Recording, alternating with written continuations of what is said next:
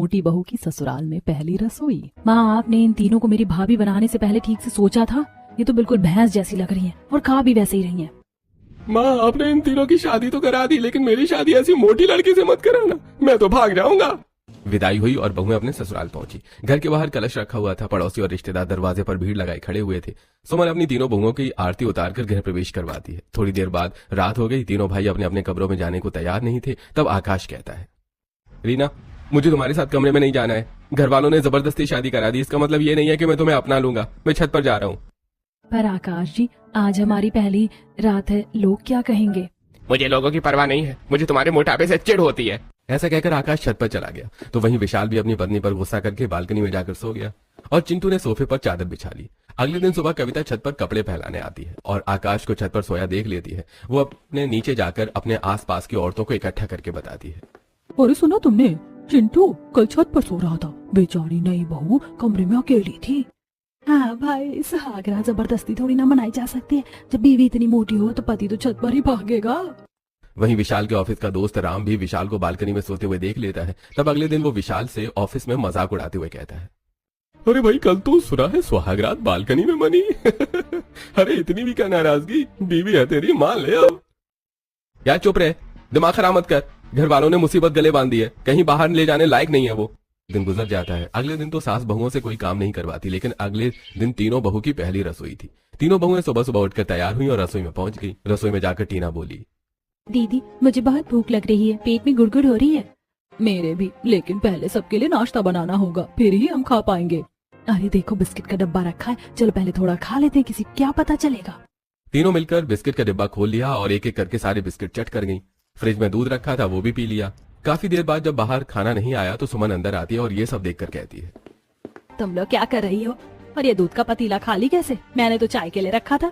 माँ जी, हमें नहीं पता, हम तो अभी अभी आए हैं। शायद बिल्ली पी गई होगी या रात को किसी ने ले लिया होगा। अजीब बात है। ऐसा कहकर सुमन हॉल में आती है और सोनू से कहती है, सोनू, जा भागकर दूध लेकर आ।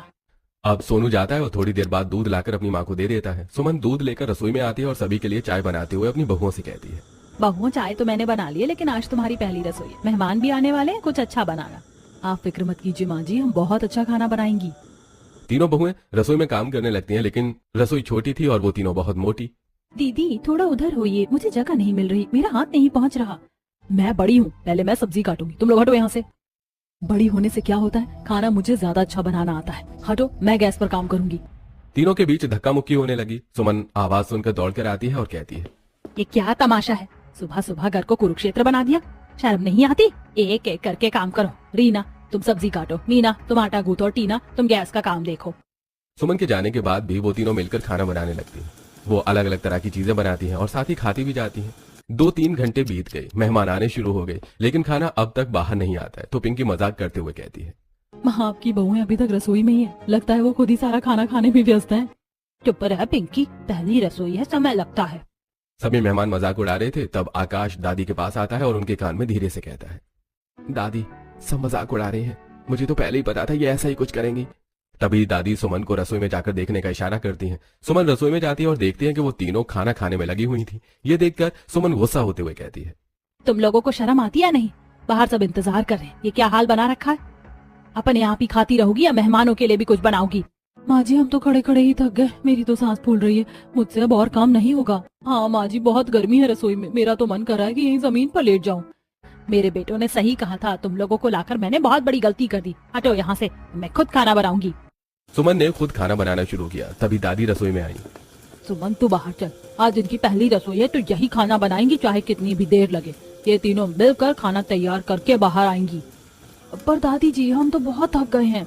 कोई बहाना नहीं, चलो काम शुरू करो। तीनों ने फिर से काम शुरू किया। रीना जमीन पर बैठकर आटा गूंथने की कोशिश करने लगी। उफ, मेरा पेट बार बार परात से टकरा रहा है, मैं बैठकर आटा नहीं गूंथ पा रही, मुझसे खड़ा नहीं हुआ जा रहा। रसोई की हालत बहुत खराब थी। आटा जमीन पर फैला था, सब्जियां इधर उधर बिखरी थी। रीना जमीन पर बैठी रो रही थी। टीना हाफ रही थी और मीना अपनी कमर पकड़कर बैठी थी। मेहमान बाहर से बातें कर रहे थे और मजाक उड़ा रहे थे। आखिरकार मेहमान बिना खाए ही चले गए। सुमन और रवि की बहुत बेइज्जती हुई। मेहमानों के जाने के बाद पिंकी रसोई में आती है और देखती है कि उसकी तीनों भाभियां रो रही हैं। तब पिंकी उनसे कहती है, भाभी, अब क्यों रो रही हो? अगर इतनी शर्म थी तो पहले ही ध्यान रखना चाहिए था। आप लोगों को सिर्फ अपने बड़े बड़े पेट भरने की फिक्र है, मेरे भाइयों का दिल जीतने की नहीं। हमें माफ कर दो पिंकी, माफी मुझसे नहीं अपने पतियों से मांगिए। आदमियों के दिल का रास्ता पेट से होकर जाता है, पर आप तो अपना ही रास्ता बंद करके बैठी हैं। रात को घर में सन्नाटा था। तीनों बहुएं अपने कमरे में दुबक कर बैठी थी। उन्हें एहसास तो था कि उन्होंने गलती की है, लेकिन उनके अंदर की भूख और सुस्ती अब भी उन पर हावी थी। पहली रसोई के हंगामे के बाद घर का माहौल और भी तनावपूर्ण हो गया था। बहुओं को इस बात का बहुत दुख था कि उनकी वजह से परिवार की बदनामी हुई और उनके पति भी गुस्सा होकर चले गए। अगले दिन रीना अपनी दोनों बहनों से कहती है, मीना टीना, तुम दोनों ने देखा कल क्या हुआ? सब हमारा मजाक उड़ा रहे थे। हमें कुछ तो करना होगा। दीदी हम क्या कर सकते हैं, हम कोशिश तो करते हैं, पर थोड़ी सी मेहनत करते सांस फूलने लगती है, भूख भी इतनी लगती है कि रहा नहीं जाता। और ऊपर से चिंटू जी तो मुझसे बात भी नहीं करते। कल उन्होंने मुझे भैंस कहा, मुझे बहुत बुरा लगा। हमें अपने पतियों का दिल जीतना होगा। पिंकी सही कह रही थी, भले ही हम पतली ना हो पाए, लेकिन हम उनका ख्याल तो रख ही सकती हैं। आज से हम उनके लिए हर काम वक्त पर करेंगे। अगले दिन भी वो तीनों सुबह जल्दी उठती हैं और सुबह उठते ही रसोई में जाकर अपने पतियों के लिए उनकी पसंद का नाश्ता तैयार करने लगी और टेबल पर लगाते हुए कहती हैं, आकाश जी आपका नाश्ता तैयार है, मैंने आपके लिए पोहा और अदरक वाली चाय बनाई है। रख दो टेबल पर, मैं खुद ले लूंगा। तो वहीं मीना अपने कमरे में विशाल को शर्ट और लैपटॉप बैग देते हुए, विशाल जी मैंने आपके ऑफिस की शर्ट प्रेस कर दी है और लैपटॉप बैग भी तैयार है। ठीक है, पर मेरे कमरे में ज्यादा मत आया करो, जगह कम पड़ती है। तो वहीं टीना चिंटू को लंच बॉक्स देते हुए, चिंटू जी आपका लंच बॉक्स, इसमें आपका फेवरेट मटर पनीर की सब्जी है। इतना तेल वाला खाना मत बनाया करो टीना, वरना मैं भी तुम्हारी तरह गोल मटोल हो जाऊंगा। बहुएं पतियों के तानों को चुपचाप सह लेती हैं। वो भले ही खाना बहुत स्वादिष्ट बनाती थी, लेकिन उनका मोटापा हर जगह मुसीबत बन जाता था। घर में अक्सर सभी उन तीनों का मजाक उड़ाते हैं। वहाँ देखो तो तीनों भाभी सीढ़ियों से एक साथ उतरने की कोशिश करी, रास्ता पूरी तरह ब्लॉक हो गया है। अरे कल सोफे पर तीनों एक साथ बैठी थी, सोफे का एक पैर ही झुक गया। माँ हमारे घर का फर्नीचर खतरे में है। सोनू पिंकी अपनी भाभीियों का मजाक मत उड़ा, वो कम से कम कोशिश तो कर रही हैं। माँ मैं समझती हूँ, लेकिन इनका मोटापा सचमुच एक समस्या है। ऐसी कुछ दिन बीत जाते हैं और तीनों अपने अपने पतियों का बहुत ख्याल रखती हैं। एक दिन तीनों भाइयों ने सोचा, विशाल चिंटू हमारी पत्नियां मोटी जरूर है, लेकिन वो इतनी बुरी नहीं है कि, और आजकल हमारा कितना ख्याल रख रही हैं। हाँ भैया, मैं तो सोच रहा हूँ कि हमें उन्हें पतला करने की कोशिश करनी चाहिए। तीनों इस बात से सहमत हो जाते हैं। अगले दिन से तीनों उन्हें जल्दी उठाते हैं और अपनी अपनी पत्नियों को वॉक पर ले जाते हैं, लेकिन थोड़ी ही दूर चलने के बाद वो थक जाती हैं और वॉक करने से मना कर देती हैं। वो उन्हें एक्सरसाइज करवाने की कोशिश करते हैं, लेकिन वो एक्सरसाइज भी नहीं करती। उन्हें खाने पर कंट्रोल करने के लिए कहते हैं, लेकिन वो खाने पर कंट्रोल भी नहीं कर पाती। तीनों भाई बहुत परेशान हो जाते हैं और आकाश कहता है, हमारे चाहने से कुछ नहीं होगा, जब तक ये तीनों खुद नहीं चाहेंगे कि पतली नहीं हो सकती। और यही सोचकर अब तीनों भाई कोशिश करना छोड़ देते हैं। एक दिन बाहर गोलगप्पे वाला आता है, तब तीनों दौड़कर गोलगप्पे खाने पहुंच जाती हैं। तो टीना कहती है, भैया जल्दी से पत्ते लगाओ, मुझे तीखे वाले गोलगप्पे खिलाओ। भैया मुझे भी, और देखो टीना को मुझसे ज्यादा मत देना, और मैं बड़ी हूँ, पहला पत्ता मेरा होगा। तीनों ने गोलगप्पे खाना शुरू किया। देखते ही देखते उन्होंने गोलगप्पे की झड़ी लगा दी। मोहल्ले की औरतें छतों से ये नजारा देख रही थी। देखो भाई, सुमन की बहुएं तो रिकॉर्ड तोड़ रही हैं। एक एक ने 50 से ऊपर खा लिए होंगे। टीना तूने कितने खाए? मुझे लगता है तूने 100 खा लिए। नहीं दीदी, अभी तो सिर्फ 99 हुए, एक और खा लूं तो शतक पूरा होगा। गोलगप्पे वाले के पास अब गोलगप्पे खत्म होने वाले थे, तभी रवि वहां आ गई और ये देखकर बोले, अरे ये क्या हो रहा है यहाँ पे? रीना, मीना, टीना, तुम यहाँ खड़ी होकर ये क्या तमाशा कर रही हो? ससुर जी की डांट सुनकर तीनों चुपचाप अंदर चली गई। शाम को तीनों भाई ऑफिस से लौटते हैं, तब आकाश अपनी माँ से कहता है, माँ ऑफिस से एक बड़ी पार्टी का इनविटेशन आया है, कपल्स इनविटेशन है। पर भाई हम इन मोटी भैंसों को लेकर कैसे जा सकते हैं? हमारी वहाँ क्या इज्जत रह जाएगी? हाँ भाई, मैं तो टीना को साथ नहीं ले जा सकता, लोग मजाक उड़ाएंगे। बेटा पत्नी है तुम्हारी, ऐसे अकेले जाना अच्छा नहीं लगता। माँ हमें कुछ नहीं पता, हम अकेले ही पार्टी में जाएंगे, हमें अपनी बेइज्जती नहीं करानी। तीनों भाई तैयार होकर अकेले पार्टी में चले गए। बहुओं को इस बात का बहुत बुरा लगा। वो घर पर बैठकर रोने लगती हैं। हमारा मोटापा हमारी खुशियों के बीच आ रहा है, हमारे पति हमें साथ ले जाने में शर्म महसूस करते हैं। काश हम भी स्लिम होती। उधर पार्टी में तीनों भाइयों के दोस्त अपनी पत्नियों के साथ आए थे। आकाश के दोस्त ने उससे पूछा, अरे भाई आकाश, तेरी बीवी कहाँ है? हाँ? सुना है वो बहुत हैवी पर्सनैलिटी की है, इसलिए नहीं लाया क्या? यार मत पूछ, घर वालों ने मुसीबत गले बांध दी है, कहीं ले जाने लायक नहीं है वो। अरे भाई, तुम्हारी जो पुरानी दोस्त है ना, तो उनकी मदद क्यों नहीं लेता? उनकी मदद से तुम लोग अपनी बीवियों को पतला करवा सकते हो। तीनों भाइयों को शाम की बात समझ में आ जाती है। पार्टी से लौटते समय तीनों भाई आपस में डिस्कशन करते हैं। अगले दिन सुबह तैयार होते समय आकाश फोन पर कहता है, हाँ डार्लिंग बिल्कुल, मैं शाम को ठीक 6 बजे आ जाऊंगा, तुम्हें जो ड्रेस पसंद है वही पहनना। तो वहीं दूसरी तरफ विशाल अपने कमरे में फोन पर, अरे बेबी टेंशन मत लो, हम आज डिनर पर उसी रेस्टोरेंट में चलेंगे जहाँ तुम्हें पसंद है। तो वहीं चिंटू अपने कमरे में फोन पर, पक्का जान, हम मूवी भी देखेंगे।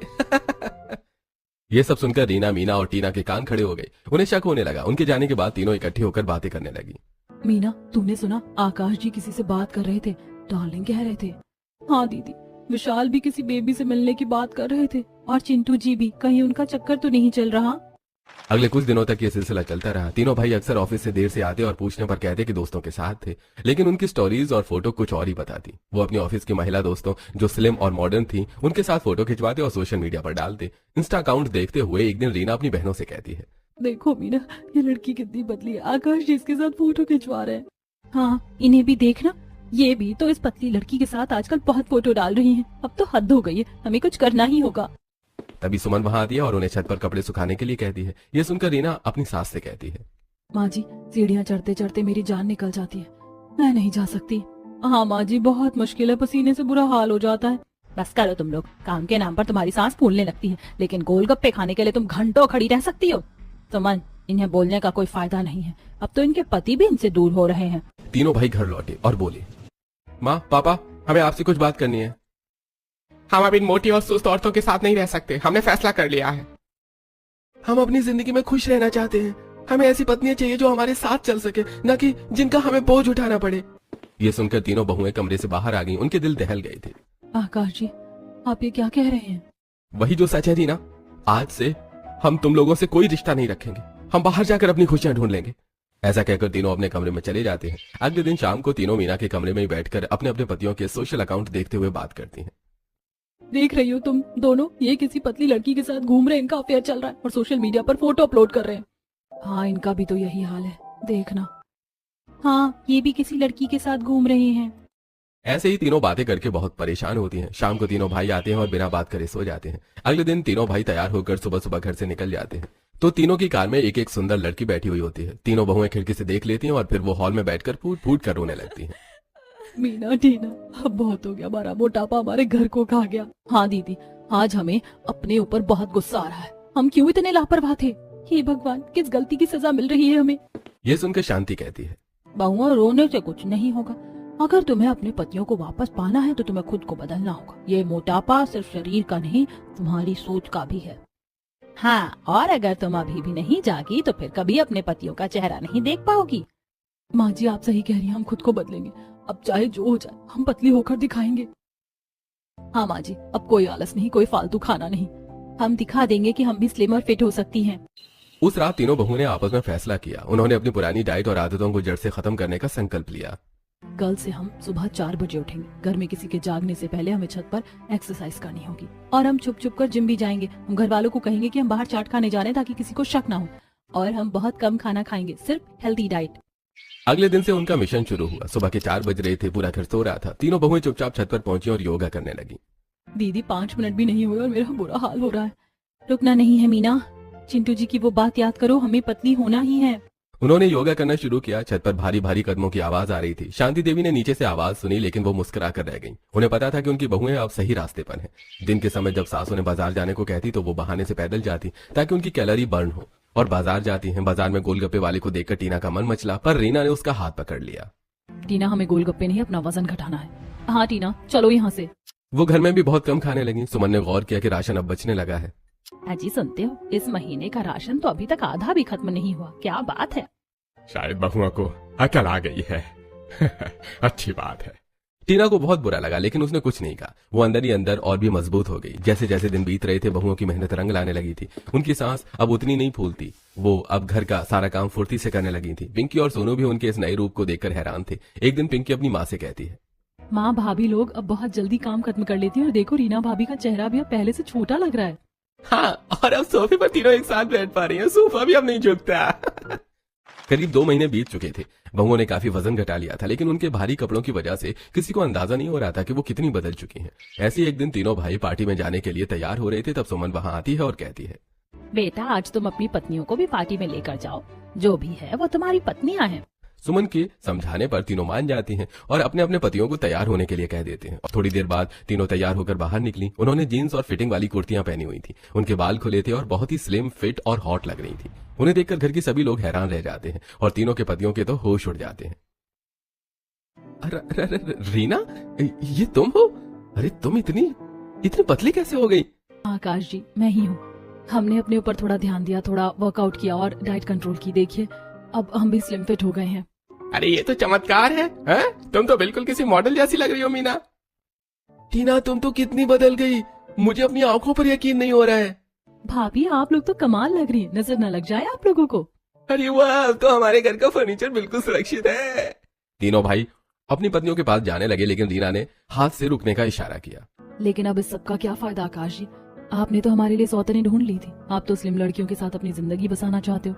हम तो बस आप सबको बताना चाहते थे कि हमने आपके लिए ये भी कर दिखाया है, तो हमने बता दिया, पर हम अब इस घर में नहीं रहेंगे। रीना मेरी बात तो सुनो, वो सब नहीं विशाल जी, हमें बहुत दुख हुआ जब आपने हमें सबके सामने बहस कहा। हमने आपकी खुशी के लिए खुद को बदल लिया, पर अब हमें लगता है कि हमारा यहाँ कोई मान नहीं है। हम जा रही हैं, आप उन 3 पतली दोस्तों के साथ खुश रहिए। तीनों बहुएं मुड़कर दरवाजे की तरफ जाने लगी। आकाश, विशाल और चिंटू ने एक दूसरे की तरफ देखा। रुको रीना, वो सब एक नाटक था। बहुएं ठहर गईं और पीछे मुड़ी। सच तो ये है कि हमारे किसी के साथ कोई अफेयर नहीं था। वो तीनों लड़कियां मेरी और विशाल की पुरानी दोस्त और कलीग्स थीं। हमने उनसे मदद मांगी थी ताकि तुम्हें थोड़ा जला सके। हाँ, हमें लगा था कि जब तक तुम्हें जलन महसूस नहीं होगी तुम अपनी सेहत पर ध्यान नहीं दोगी। हमने सिर्फ नाटक किया था ताकि तुम जिम जाओ और अपनी सुस्ती छोड़ो। हमारा इरादा तुम्हारा दिल दुखाना नहीं था, तुम्हें बेहतर बनाना था। क्या वो सिर्फ एक प्लान था? क्या तुम तीनों ने इतना बड़ा खेल खेला और हमें बताया भी नहीं? माँ, हमें लगा था कि अगर हम सीधे तौर पर कहेंगे तो ये कभी नहीं मानेंगी, इसलिए हमने ये रास्ता चुना। हमें पता था कि औरतों को सौतन के नाम से कितनी जलन होती है। अच्छा, तो भैया आप लोग इतने बड़े खिलाड़ी निकले। बहुओं को पहले तो गुस्सा आया और फिर उन्हें एहसास हुआ कि उनके पतियों ने जो किया उससे उनका ही भला हुआ। वो अब पहले से कहीं ज्यादा स्वस्थ और खुश महसूस कर रही थी। तो इसका मतलब आप हमें अभी भी प्यार करते हैं? हम तुम्हें हमेशा प्यार करते थे रीना, बस तुम्हारा बढ़ता वजन और सुस्ती हमें परेशान कर रही थी। हमें डर था कि तुम्हें कोई बीमारी न लग जाए। हमें माफ कर दो मीना, हमने तुम्हारा बहुत दिल दुखाया। अब हम पतली हो गई हैं, अब तो कोई शिकायत नहीं है ना? अब तो हमें डर लग रहा है कि कहीं कोई और तुम्हें न देख ले। घर में खुशी का माहौल छा गया। सुमन ने बहुओं को गले से लगा लिया।